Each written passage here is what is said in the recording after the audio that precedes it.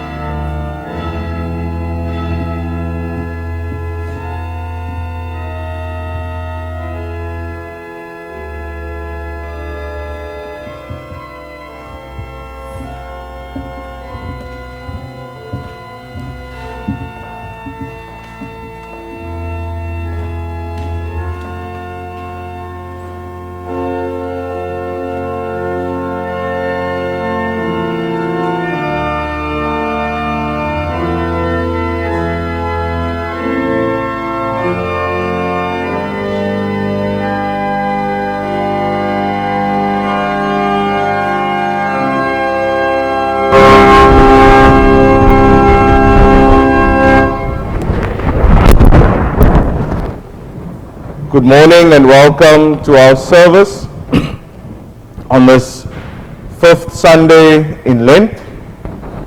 Welcome to any visitors who may be in our midst. A special welcome to a visitor who's sitting right at the back, to the Archdeacon. Welcome to the service, and also to Father John Hansen and his wife who come to be with us this morning. Welcome to all of us as we gather together for this act of worship. Welcome to those who are present with us via the live stream. Welcome to all of us as we come to constitute a congregation this morning, and we gather together in this manner to make great the name of the Lord. The Lord be with you. Let us pray. Almighty God, to whom all hearts are open, all desires known, and from whom no secrets are hid, cleanse the thoughts of our hearts by the inspiration of the Holy Spirit, that we may perfectly love Him and worthily magnify His holy name, through Christ our Lord.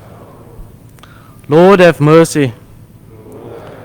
Christ, have mercy. Lord, have mercy. We'll do the 10 commandments. I'll read the commandments and the congregation will respond with, Amen, Lord, have mercy. I am the Lord your God. You shall have no other gods but me. Lord, have mercy. You shall not make an idol of anything and worship it.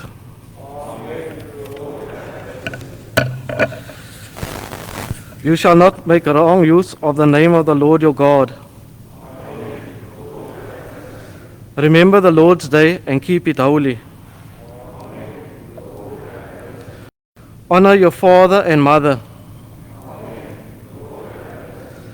You shall not commit murder. You shall not commit adultery. You shall not steal. You shall not give false evidence. You shall not covet the possessions of others.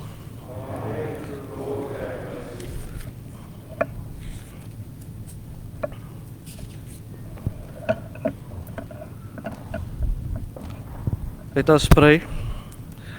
Let us confess our sins, firmly resolved to keep God's commandments and to live in love and peace with our neighbor. Almighty God, our Heavenly Father, in penitence we confess that we have sinned against you through our own fault, in thought, word, and deed, and in what we have left undone, for the sake of your Son, Christ our Lord. Forgive us all that is past, and grant that we may serve you in newness of life, to the glory of your name. Almighty God, who forgives all who truly repent, have mercy on you, pardon your sins and set you free from them, confirm and strengthen you in all goodness, and keep you in eternal life, through Jesus Christ our Lord. Amen. Amen. We pray the collect on the leaflet, which can also be followed on the screen.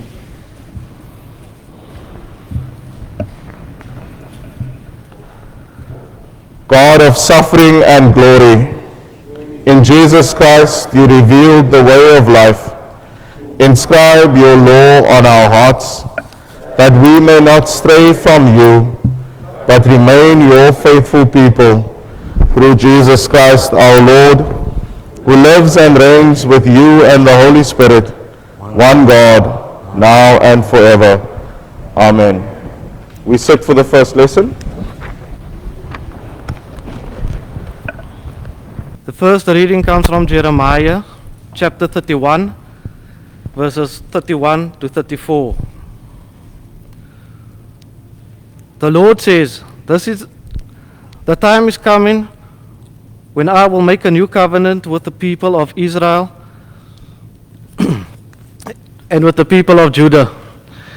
It will not be like the old covenant I made with their ancestors, when I took them by the hand and led them out of Egypt.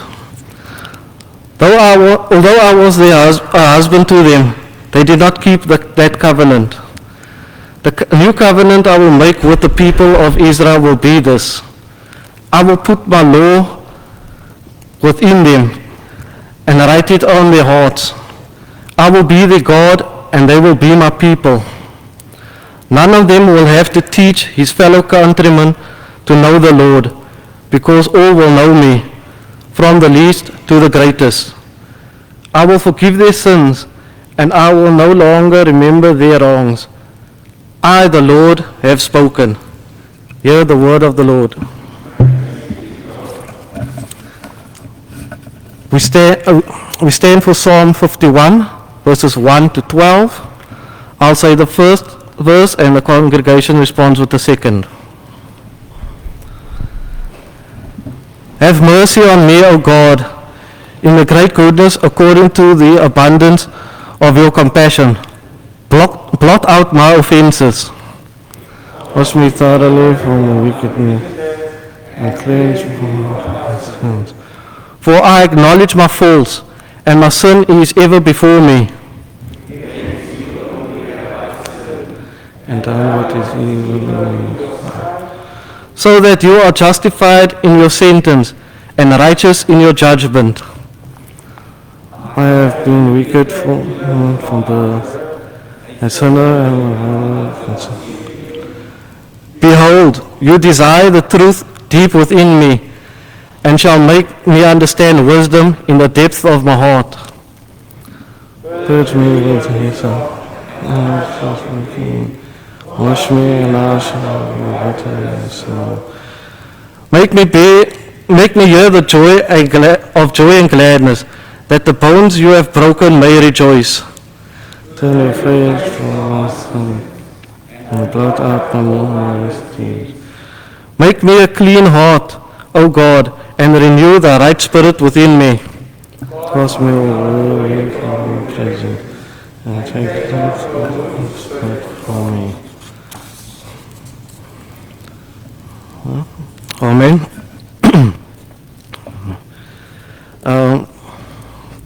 We will now sing Live in Praise 131. Jesus, we enthrone you.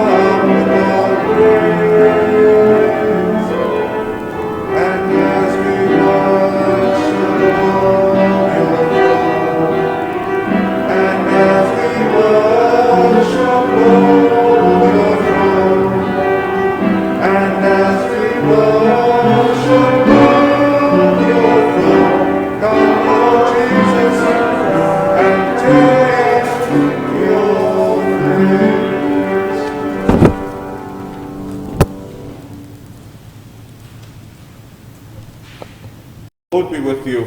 And also with you. Listen to the good news proclaimed in the Gospel according to St. Mark, chapter 11, beginning at the 12th verse.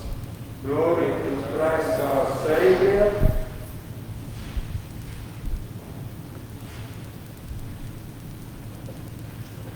On the following day, when they came from Bethany, he was hungry.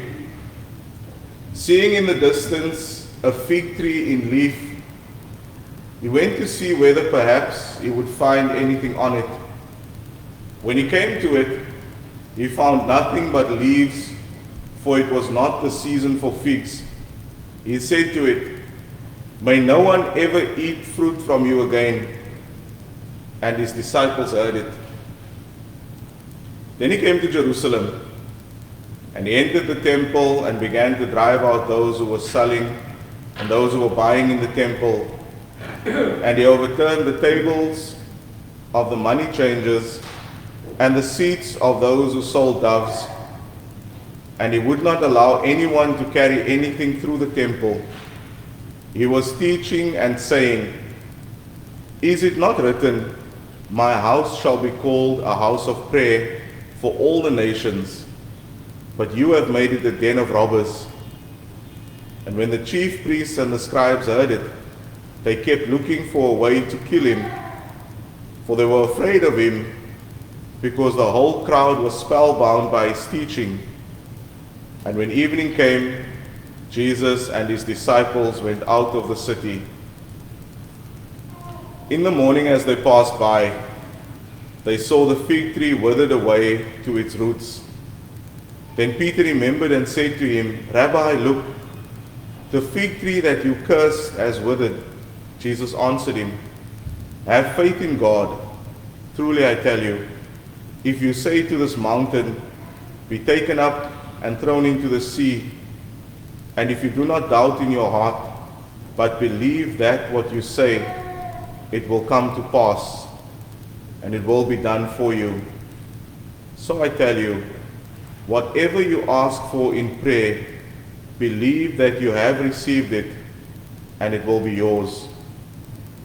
Whenever you stand praying, forgive if you have anything against anyone, so that your Father in heaven may also forgive you your trespasses." This is the gospel of Christ. Praise to Christ our Lord. We bow our heads as we pray. Lord God, will thou so uphold me that I may uplift thee. Amen. Please be seated.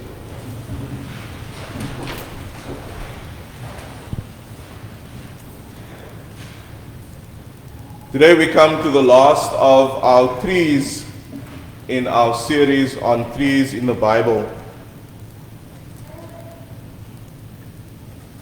We look today at the fig tree. When I was growing up, we had a fig tree in our backyard. And much of my childhood, I feel like I spent picking fruit off that fig tree. My grandmother used to make fig preserve. Okay, my oma het vye konfyt gemaak because she didn't call it fig preserve.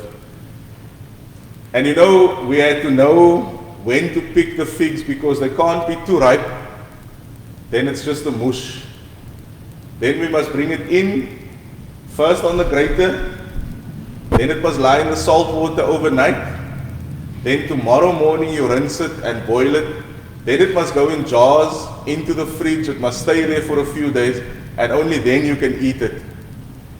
Now, we had to watch ourselves that we don't pick too much fruit, too many figs for ourselves to eat before she makes the preserve, because then there's trouble. If we didn't have enough figs on our tree, the neighbor had 2 fig trees. So then we had to go with the carrier bag, knock on the door and say, "My oma wil konfyt maak, kan ons kom vye pluk asseblief?"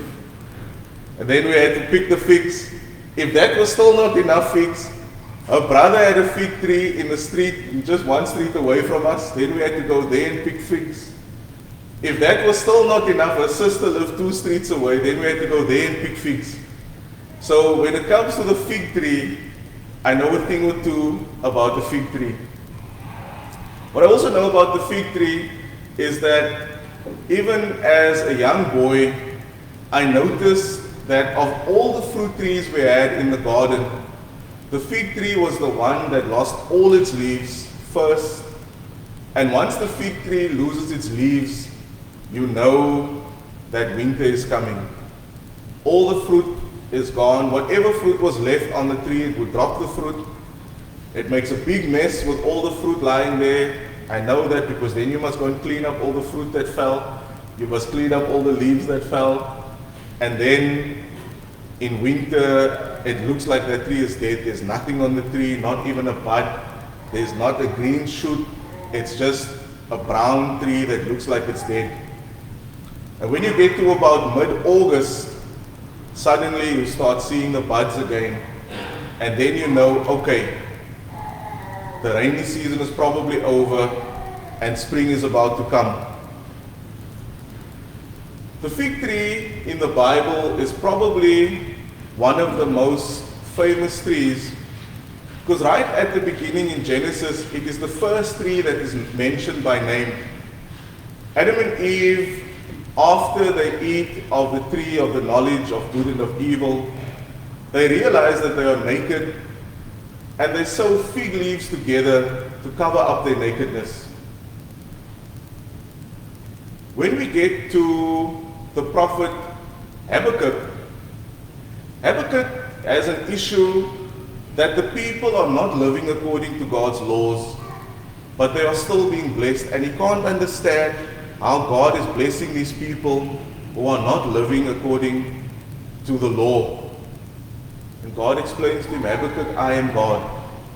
And he comes to the end and says, though the fig tree may not blossom and though there be no fruit on the vine, still will I praise the Lord.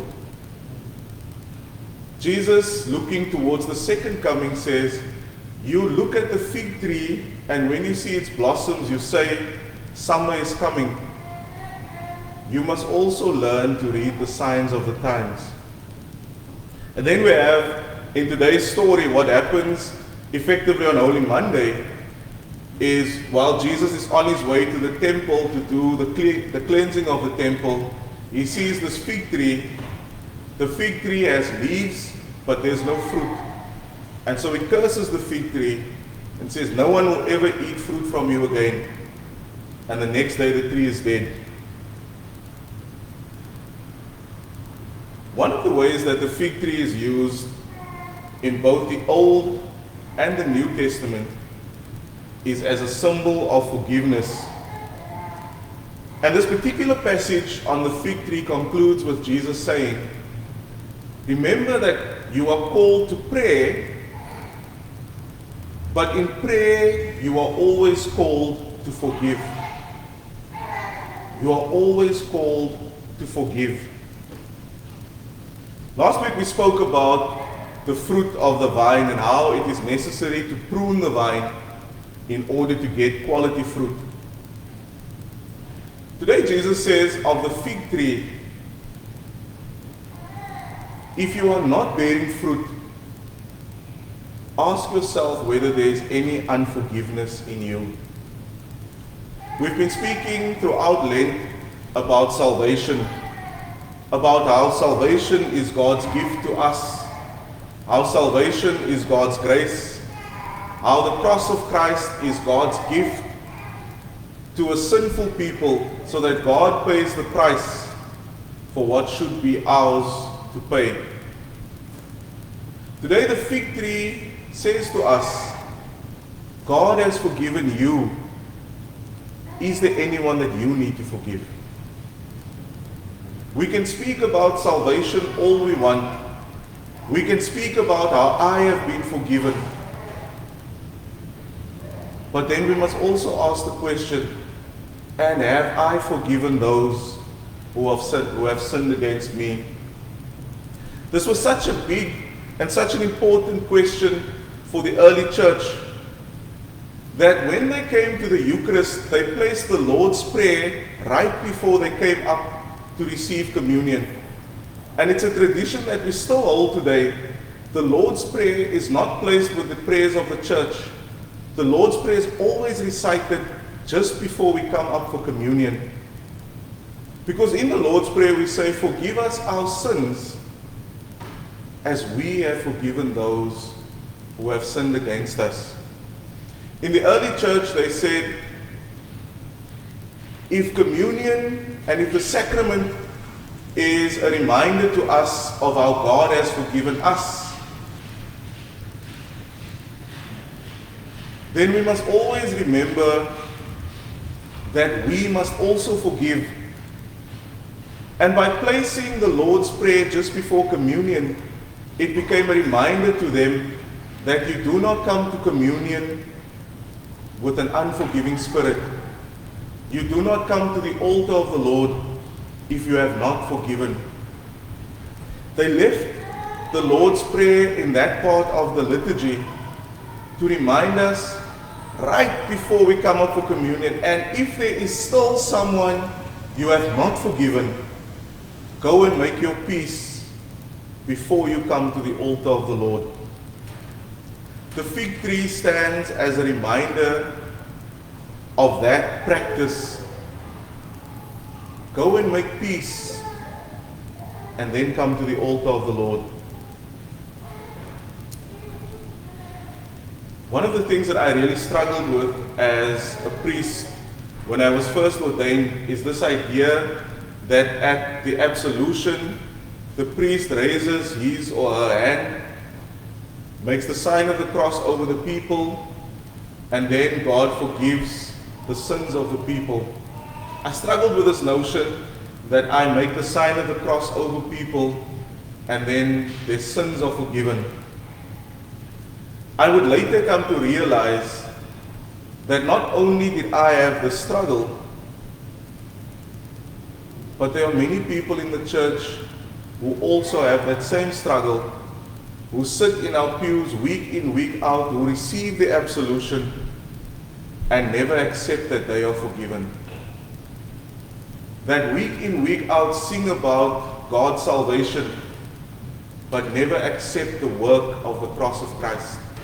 Who week in, week out say, God has forgiven me, and then leave here still with the guilt of all that we have done. The fig tree is a reminder that you must also forgive yourself. That of those who deserve to be forgiven, you are at the top of that list. We know that as human beings we sin. If we didn't sin, there would be no need for Jesus. But we must also accept what happened on the cross. Otherwise, the cross has no power in our lives. I accept that I haven't always done the right things. But I must also accept that I am forgiven and that God's forgiveness was meant for me. The fig tree is meant to have fruit. The fig tree is meant to bear fruit. But sometimes the fig tree cannot bear fruit because there is a blockage of unforgiveness.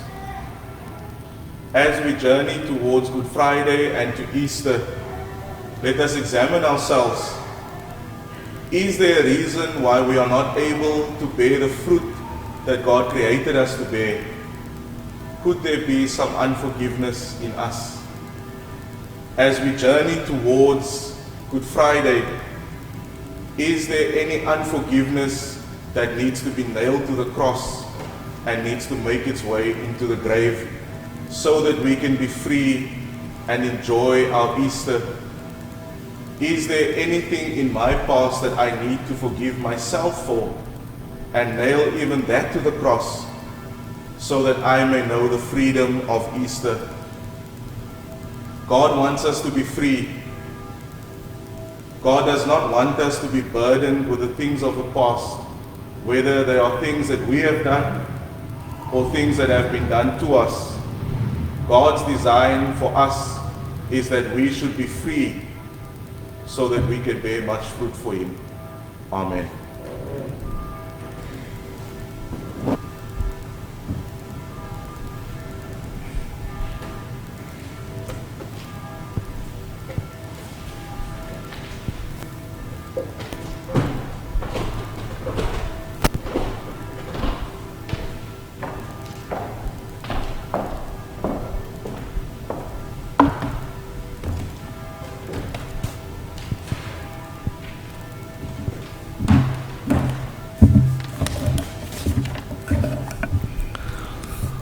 We will now stand and say the Nicene Creed.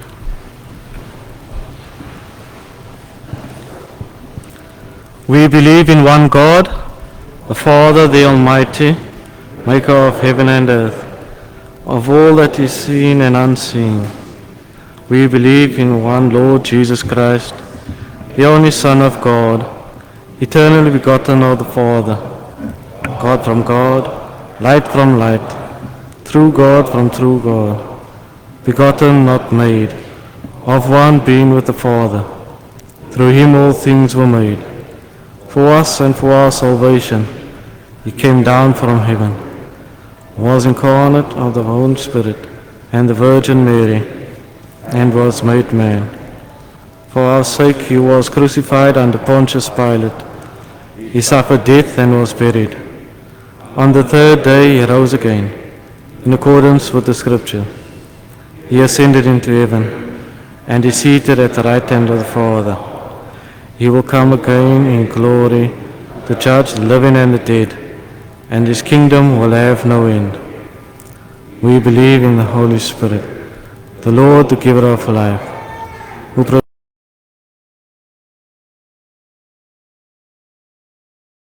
glorified, who has spoken through the prophets. We believe in one holy Catholic and Apostolic Church. We acknowledge one baptism for the forgiveness of sins. We look for the resurrection of the dead and the life of the world to come. Amen. We sit or kneel for the prayers.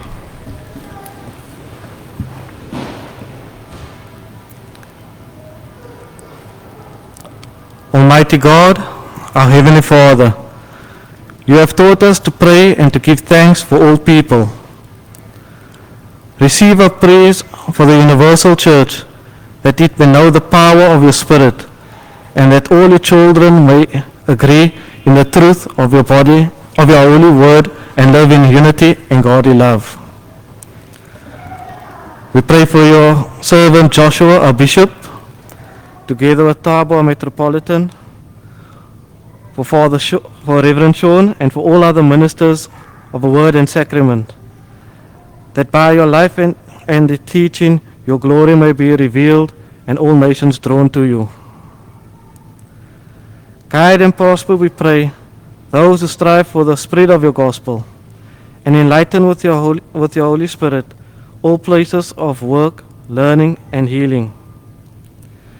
We pray for those who have authority and responsibility amongst the nations, that ruling with wisdom and justice, they may promote peace and well-being in the world. To this congregation and to all people in the different callings, give your heavenly grace, that we may hear your holy word with reverent and obedient hearts, and serve you truly all the days of our life. In your compassion, Father, comfort and heal those who are in trouble, sorrow, need, or sickness. We praise and thank you for all your servants, for the Blessed Virgin Mary, the Mother of Jesus Christ our Lord. And we remember at this time Rose Bennett and Marilyn Kennedy. Rest eternal grant unto them, O Lord, and may light perpetual shine upon them. And for the heroes of the faith in every generation. And we remember before you the servants who have died, praying that we may enter with them into the fullness of your unending joy. Grant us, Holy Father, for Jesus Christ's sake. Amen.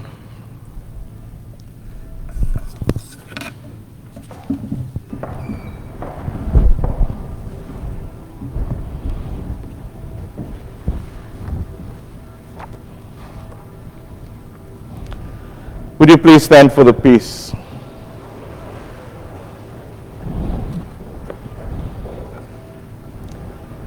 Being justified by faith, we have peace with God through our Lord Jesus Christ. The peace of the Lord be with you always. Peace be with you.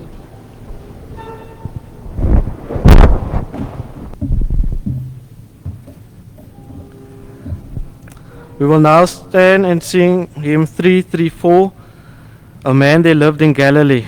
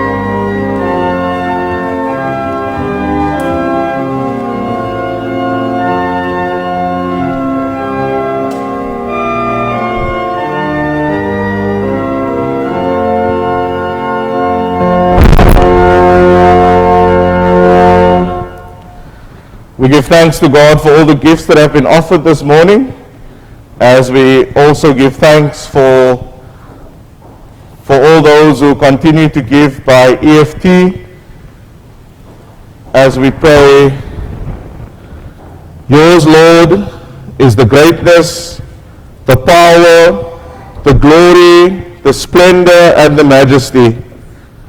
For everything in heaven and on earth is yours.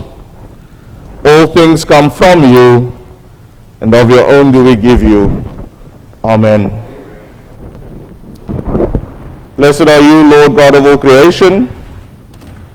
Through your goodness we have this bread to offer, which earth has given and human hands have made.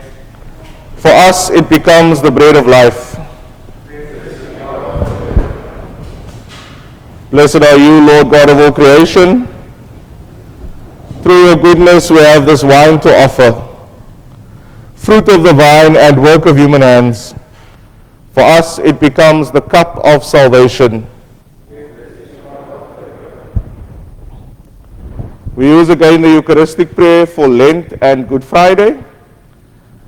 I will say, he accepted the way of the cross, and you respond with, that we might know the way of salvation. He accepted the way of the cross. The Lord be with you. Lift up your hearts. Let us give thanks to the Lord our God.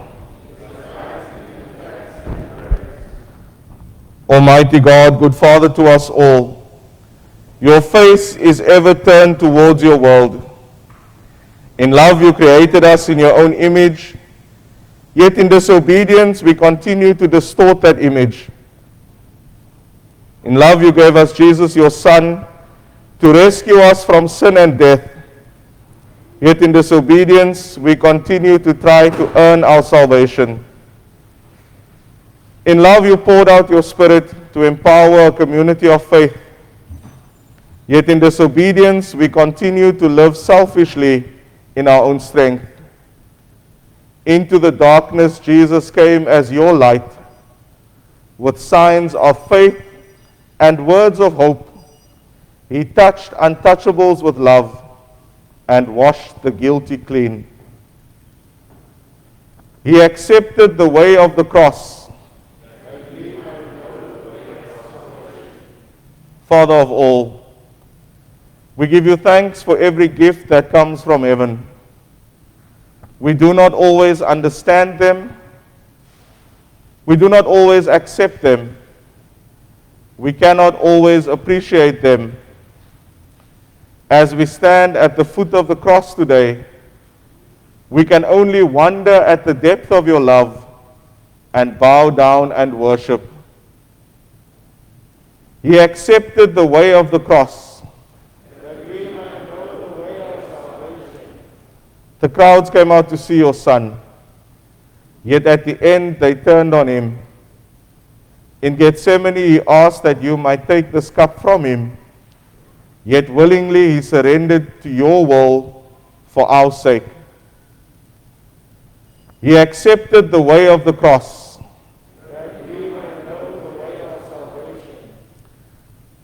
On the night that he was betrayed, he came to table with his friends to celebrate the freedom of your people. Jesus blessed you, Father, for the food. He took bread, gave thanks, broke it, and said, "This is my body given for you all."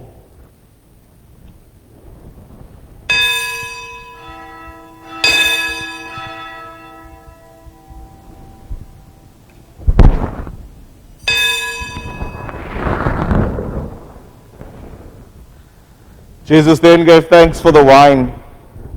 He took the cup, gave it, and said, "This is my blood, shed for you all for the forgiveness of sins. Do this in remembrance of me."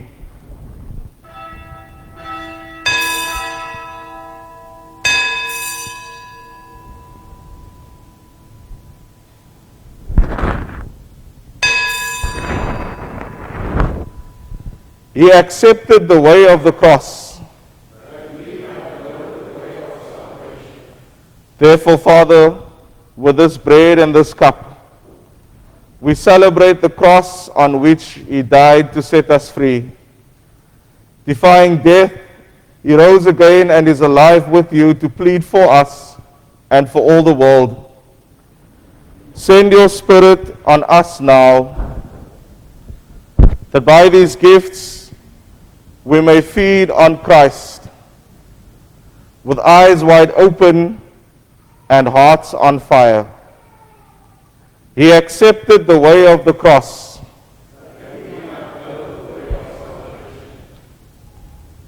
May we and all who share this food offer ourselves to live for you and be welcomed at your feast in heaven, where all creation worships you, Father, Son, and Holy Spirit, now and forever. Amen.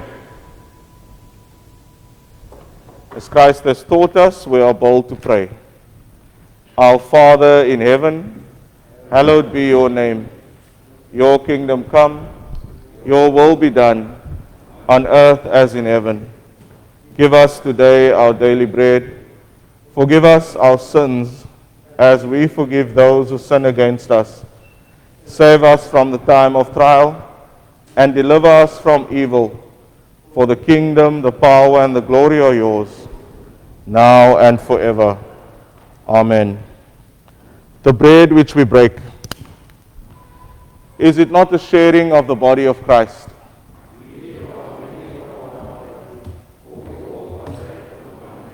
Jesus, Lamb of God, have mercy on us. Jesus, bearer of our sins, have mercy on us. Jesus, Redeemer of the world, give us your peace. For those joining us via the live stream, receive now the prayer for spiritual communion. Jesus, may all that is you flow into me. May your body and blood be my food and drink. May your passion and death be my strength and life. Jesus, with you by my side, enough has been given. May the shelter I seek be the shadow of your cross. Let me not run from the love which you offer, but hold me safe from the forces of evil. On each of my dyings, shed your light and your love. Keep calling to me until that day comes, when with your saints I may praise you forever. Amen.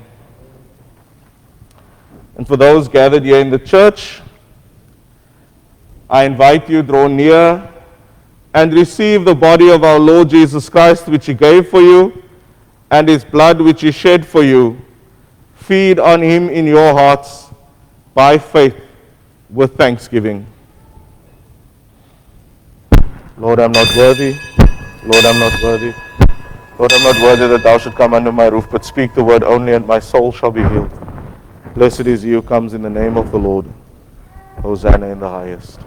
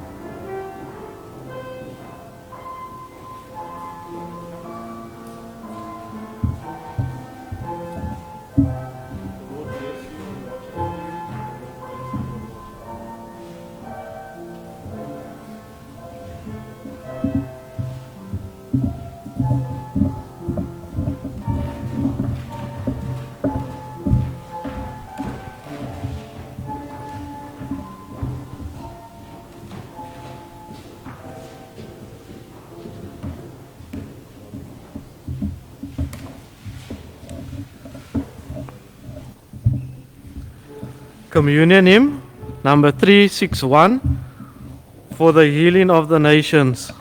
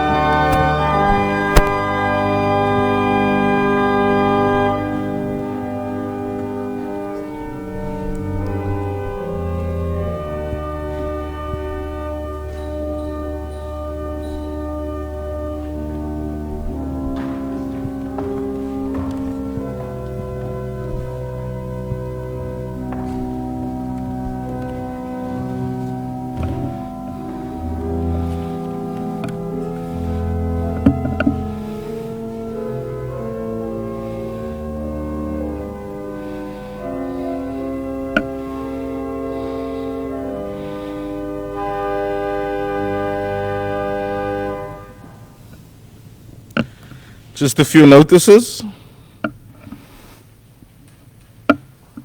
After the service, we will have the baptism rehearsal, the final class for our baptism prep.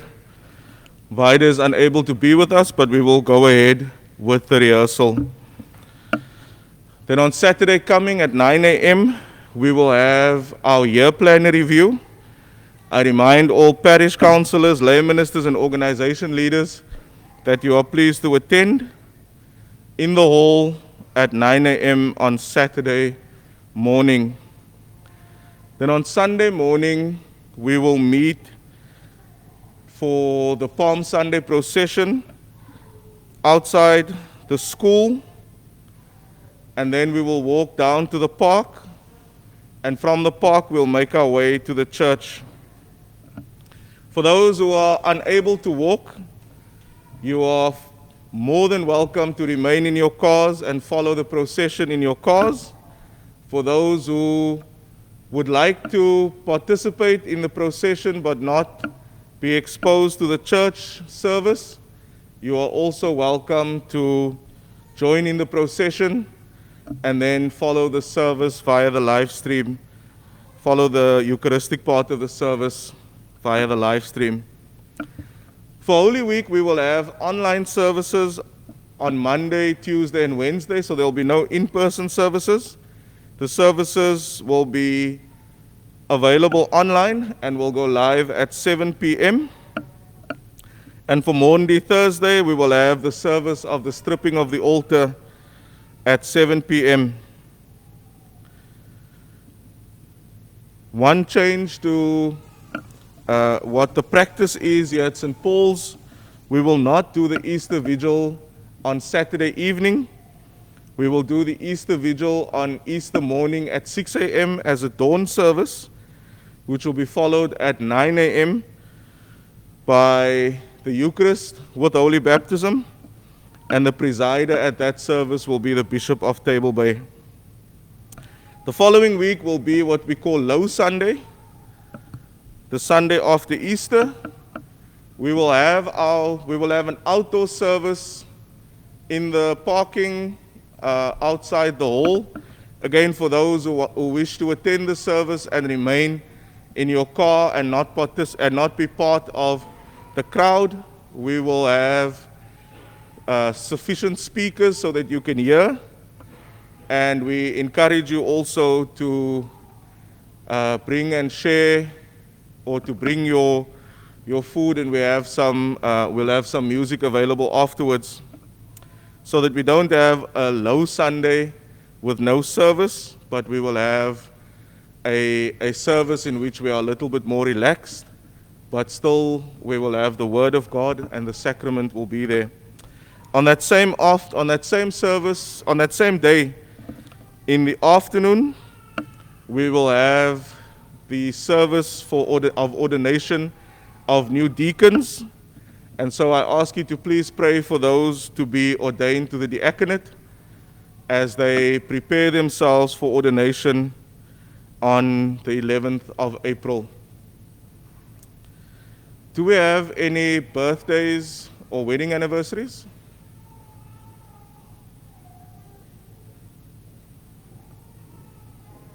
No?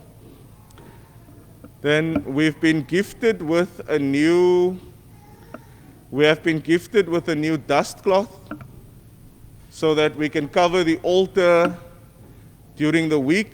The church is quite dusty, and on a Sunday morning we have big clumps of dust on the altar, so we've been gifted with a new dust cloth, which I will now bless and we will use as of today.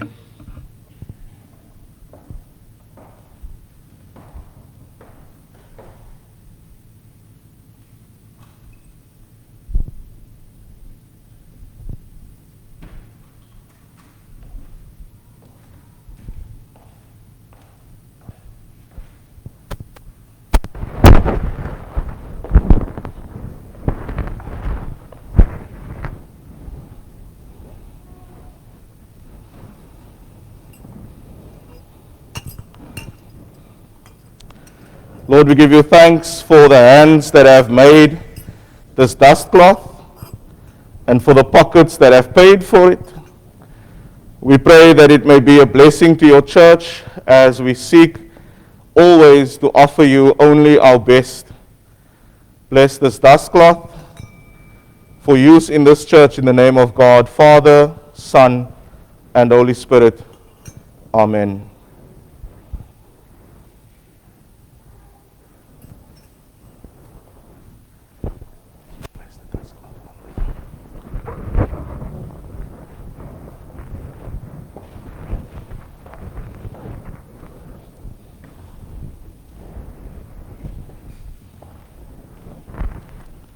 Would you please stand?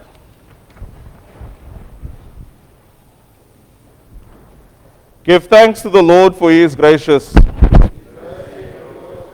Almighty and eternal God, we thank you for feeding us in these holy mysteries with the body and blood of your Son, our Savior, Jesus Christ. and for keeping us by your grace in the body of your Son, the company of all faithful people. Help us to persevere as living members of that holy fellowship and to grow in love and obedience according to your will. Through Jesus Christ our Lord, who lives and reigns with you in the Holy Spirit, one God, now and forever. Amen. Father Almighty, we offer ourselves to you as a living sacrifice in Jesus Christ our Lord. Send us out into the world in the power of the Holy Spirit to live and work to your praise and glory. God bless Africa, guard our children, guide our leaders, and give us peace for Jesus Christ's sake. Amen. Good morning, people of God. The Easter offering must be in on Sunday or on Palm Sunday. If you can't be here, please do a EFT. And if you can't bring it Palm Sunday, then bring it Easter Day. Thank you.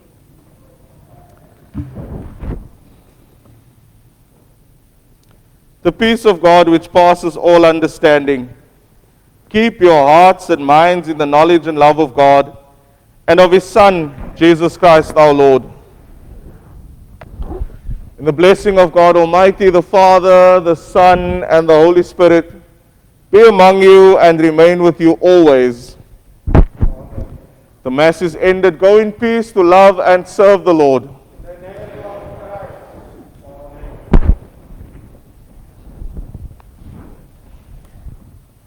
The recessional hymn 248, 248. To God be the glory, great things he has done.